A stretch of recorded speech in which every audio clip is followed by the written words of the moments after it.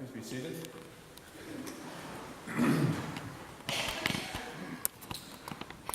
When I was in my 20s, I was having dinner once at a friend's house. I had known him and his parents all my life. His parents were there.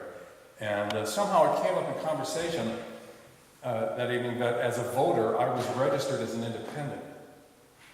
My friend's father was politically very active, with very strong opinions, and he looked at me with incredulity and said, "Why are you registered independent?" And I said that in all good conscience, I didn't think that I could align myself with the principle of either party. And with considerable exasperation, he said to me, "It's not about principle. It's about the acquisition of power." Well, I remember that I could not stop myself from laughing at that, at such a bald expression of disbelief that anybody could think otherwise, that it was just about the acquisition of power. And I suppose he forgave me for being young. I was thinking about that because as we head into the final 2 weeks of this current election cycle, with all the noise around it that gets louder every day that we'll all be relieved from having to listen to, it's a particular blessing that the lectionary gives us this gospel story today to remind us of something essential about what politics is and about what it's not. The story occurs as part of the final confrontation that we've been hearing for some weeks now between Jesus and the Pharisees, whose power Jesus threatens. The Pharisees look pretty pathetic from the beginning in this story. They don't confront Jesus themselves, but send their proxies, their disciples, instead. They have evidently told the disciples to butter them up first, in which they are patently hypocritical. They go on and on. "We know you're sincere. We know you teach the way of God. You show deference to no one." This is overselling. And they send along as allies to their disciples people who are their natural political enemies, the Herodians, that is, people who are supporters of King Herod, the Roman puppet. These are people who have their power only through the Romans. But most pathetically of all, they do not ask Jesus a question to which they really want an answer. It's not about principle for them. It's about the acquisition of power. They just want to trip him up. They want to get himself in trouble. And they come up with a question that is designed to do just that. They ask him, is it lawful to pay taxes to the emperor or not? This is not a question about taxes in general.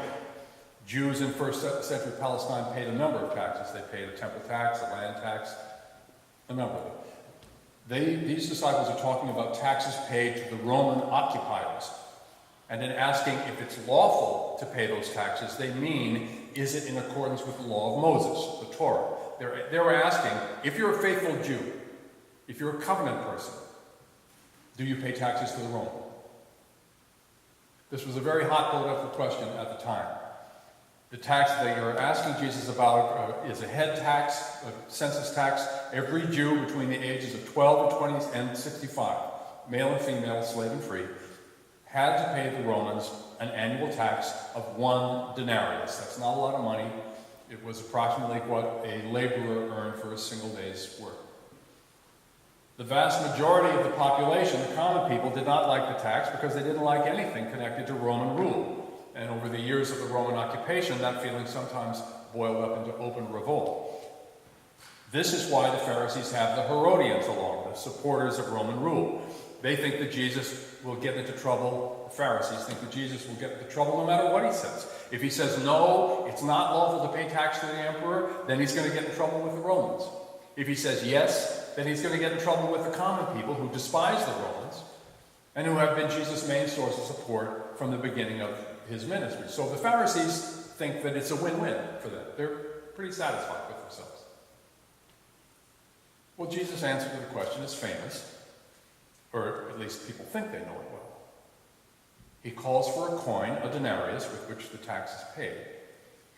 He asks whose head is on it, and when told it's the emperor's, he says, give therefore to the emperor the things that are the emperor's, and to God the things that are God's. These words have been interpreted in slightly varying ways, but they're all kind of in the same area, that God and politics should be kept separate, and that things like taxes that have nothing to do with the life of faith, or that religion is a matter of the heart, and Jesus doesn't care about mundane things like what we do with our money, or that the law is the law, and our duty as Christians is to support the law under all circumstances. I know of one contemporary writer who is very well respected, not a Christian, but he's smart enough to know better, who says that with these words, Jesus shrugs, as if to say, why is this a problem? As though the two realms, that of emperor and that of God, were clearly separate and clearly defined, as clearly as the time that we spend in church is distinguished from the rest of the week, which unfortunately is true for a lot of people. None of this could be further from the truth. None of these interpretations get it right. Earlier in the Gospel of Matthew, Jesus clearly states, no one can serve two masters. You cannot serve God and wealth. That's who he opposes God to in that instance. In today's story, he reminds his hearers of who their real master is. When Jesus calls for the coin, he asks, whose head is this and whose title? The Emperor Tiberius' title, what identifies him, was engraved on every denarius along with his likeness, and it is this. This is what was written on the denarius. August son of the divine Augustus, high priest. Divine. That should be a red flag to anyone who believes in God. Certainly any believing Jew would react to this. Jesus is reminding the Pharisees, his hearers, of the law's prohibition against idolatry. He is reminding them that there is one who is divine, and no one else. He is reminding them, as I said last week, of whose world it is that we're in. This is not a story about the separation of church and state. Jesus is not providing us with a means of understanding the rules of the different realms of our lives. There is one true realm, the kingdom of God. How can it be otherwise? There are plenty of other mini-realms by which we humans attempt to imitate that one which we all inhabit. But these mini-realms are all human creations, which means that at some point they're going to break down. And when we try to live by them alone and put the realm of God aside, as though we could do that, we're deluding ourselves. We're living in falsehood. Jesus is not telling us either to pay our taxes or not to pay our taxes. He is talking at a far deeper level than that of our political leanings. He is saying, what does your existence as a member of the kingdom of God, the one true realm, ask of you now, today? That's the question. Then decide if it applies to your taxes. I'll give you an example of what I'm talking about from recent history. Dietrich Bonhoeffer, whom you may have heard me talk about before, was a Lutheran pastor and teacher and theologian in the first half of the 20th century. He grew up in Germany.